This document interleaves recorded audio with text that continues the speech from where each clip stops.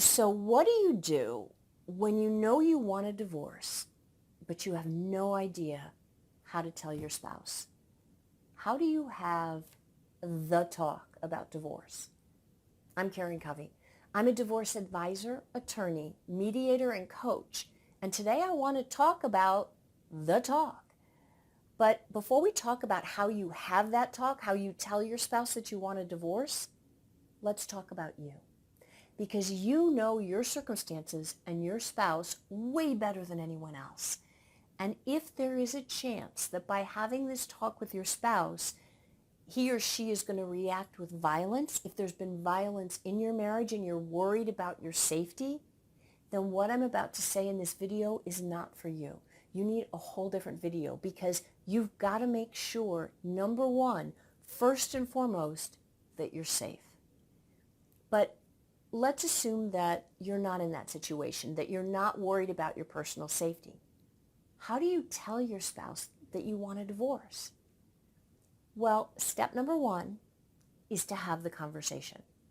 And I know you're probably thinking, what are you talking about, Karen? Of course, that's what we're talking about. We're talking about having the conversation. But you would be surprised at how many people try to go around that and not have the conversation. They go to their lawyer, they have their lawyer file for divorce, and then they have their lawyer call their spouse. Or they have their lawyer send a letter to their spouse. Or worse yet, they have their lawyer file the divorce papers, give them to the sheriff, and have the sheriff serve their spouse.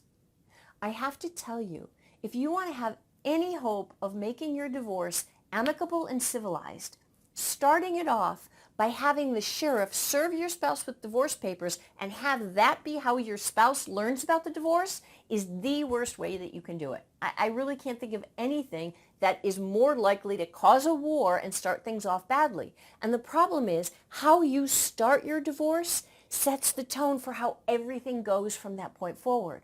So if at all possible, number one, you want to be the person to have the talk and you want to do your best to make sure that it goes well. Which leads us to step number two, and that is know what you're going to talk about. Here's what I mean. There's a big difference between having this conversation, which goes, I'm really sorry, I'm not happy, I want a divorce, I'm done, it's over, I just want a divorce.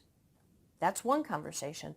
And having another conversation, which is, I'm really not happy, and I think I want a divorce, let's talk. The first version of this was a decision. You were presenting your spouse with your decision, you were done, it's over. The second one was a conversation. And in that conversation, you were opening the door to talk about the state of your marriage with your spouse and include your spouse potentially in the decision-making process.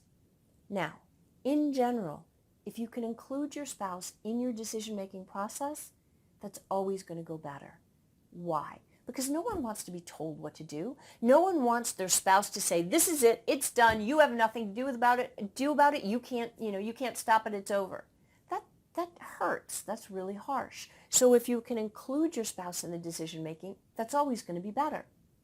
Unfortunately, sometimes you can't do that for whatever reason, but that's just not possible. If that's the case, if what you have is a decision, then you need to present this as a decision to your spouse, not have a conversation and pretend that you're open to something that you're not open to, because that's just mean. I mean, saying to your spouse, yeah, let's talk about this and maybe we can save the marriage when you know in your heart there's no way that's going to happen, that makes no sense at all. So if you've got the decision, say it as a decision. If it's a conversation, it's a conversation. But whatever it is, know what it is and be honest about it. So that's step number two. Step number three is to pay attention to the logistics because they matter. You want to have this conversation when you and your spouse are alone. You do not want anyone else around, and you certainly don't want your children around when you're having this conversation. You don't even want them anywhere in earshot because if they can hear it, they'll listen. So have the conversation when you're alone with your spouse. That's the first thing to think about. The second thing to think about is when you have the conversation. You want to have it when you have time for it. If you're leaving to go someplace in 10 minutes, now is not the time to have this conversation. You want to make sure that you have time to talk about it, time to process emotions, your emotions, your spouse's emotions. You want to have time for the conversation. You don't want to have it right before you're going to bed when you're tired and your spouse is tired.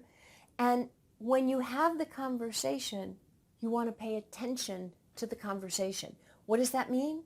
It means turn your cell phone off. Your cell phone should not be anywhere, even in the same room. You want to focus on what you're doing, focus on the conversation, and give it its due. That's going to be the best way to have the conversation.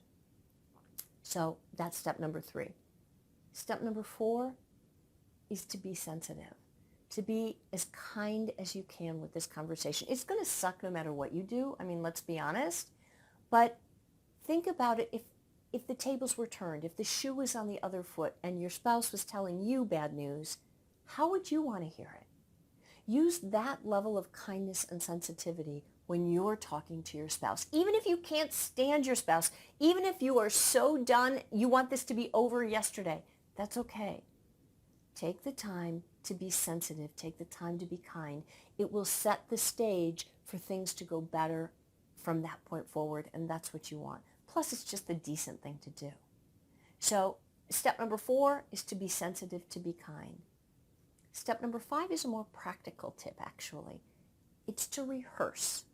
And I don't mean rehearsing in your head. You've probably gone over this conversation 5,000 times in your head. That's not what I'm talking about. I mean, stand in front of a mirror and rehearse. Or if you have a good friend or a therapist that you can talk to, rehearse to them. If you don't have that, then rehearse in front of a mirror, but actually say the words and rehearse, because when you do, you're going to find that you stumble, you trip up, you didn't think of something, blah, blah, blah, blah, blah. Rehearsing is going to make you more confident. It's going to make you more clear about what it is that you're trying to say. And when you're rehearsing, take a moment to try to anticipate what your spouse's reactions and responses are going to be, because then you can formulate in your head how you'll react to the reaction, how you're going to respond to the response. And again, it will help build your confidence. And in the end, it doesn't matter when you actually have the conversation if you said anything that you rehearsed. The conversation can go in an entirely different direction, but you're going to feel more confident and you're going to be stronger in what you say if you've thought about it and rehearsed it ahead of time. So that's a big tip. And the last thing I want to say is, I said be kind to your spouse, be kind to you.